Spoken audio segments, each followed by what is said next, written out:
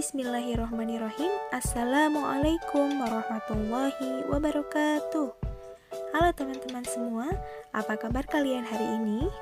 Perkenalkan, nama saya Putri Nur Azmi dengan NIM 11920200187 dari kelas PAI 5E dari UIN Sunan Gunung Jati Bandung akan membahas materi mengenai sumber dan gejala jiwa keagamaan.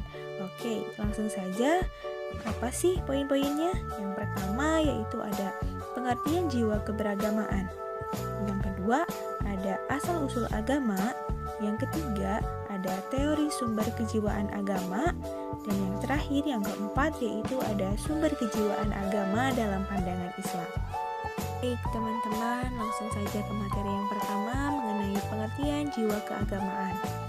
Jiwa keberagamaan artinya dampak agama terhadap tingkah laku orang atau mekanisme yang bekerja dalam diri seseorang, sebab cara orang berpikir, bersikap, beraksi, dan bertingkah laku tidak dapat dipisahkan dari keyakinan, sebab keyakinan itu masuk dalam konstruksi kepribadiannya.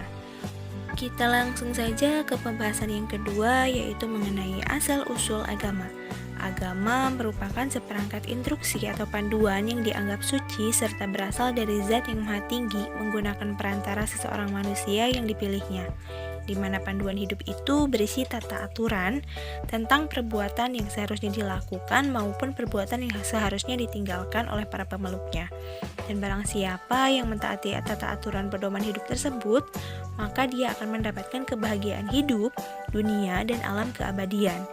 Adapun tujuan agama yaitu untuk mencapai kedamaian rohani dan kebahagiaan jasmani.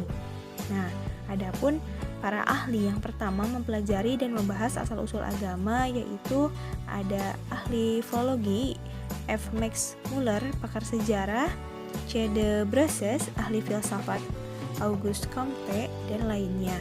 Kemudian muncul teori dari para ahli antropologi seperti E. Durkheim, W. Smith, E.B.D. Taylor, R.R. Marret, J.G. Ferrer, Nixon, dan David Hume.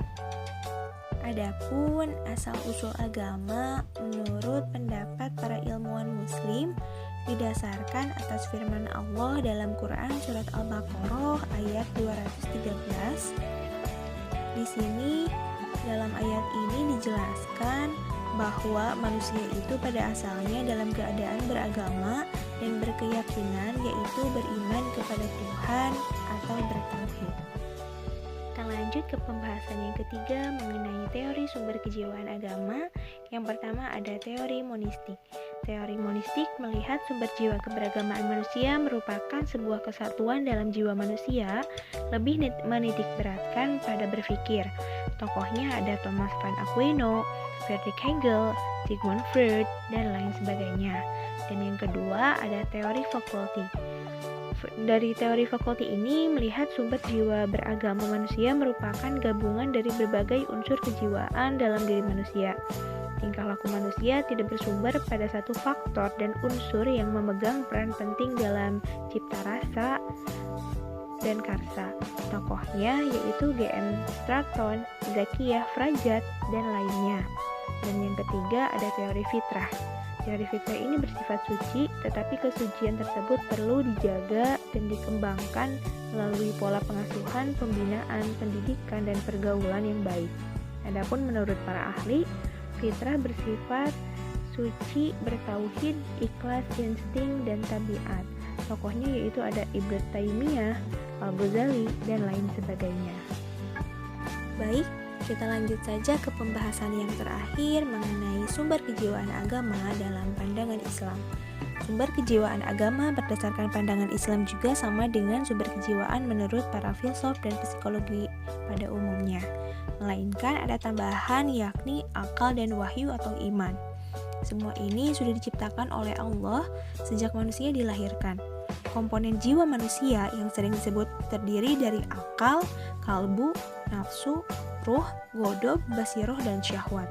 Sedangkan macam-macam komponen tersebut sering diartikan sebagai jiwa dalam beberapa ayat Al-Quran. Ketika jiwa mengorientasikan pandangan tempat asalnya dan dunia rohaninya, maka ia disebut dengan ruh. Ketika jiwa melakukan suatu pemikiran rasional, maka ia disebut dengan akal.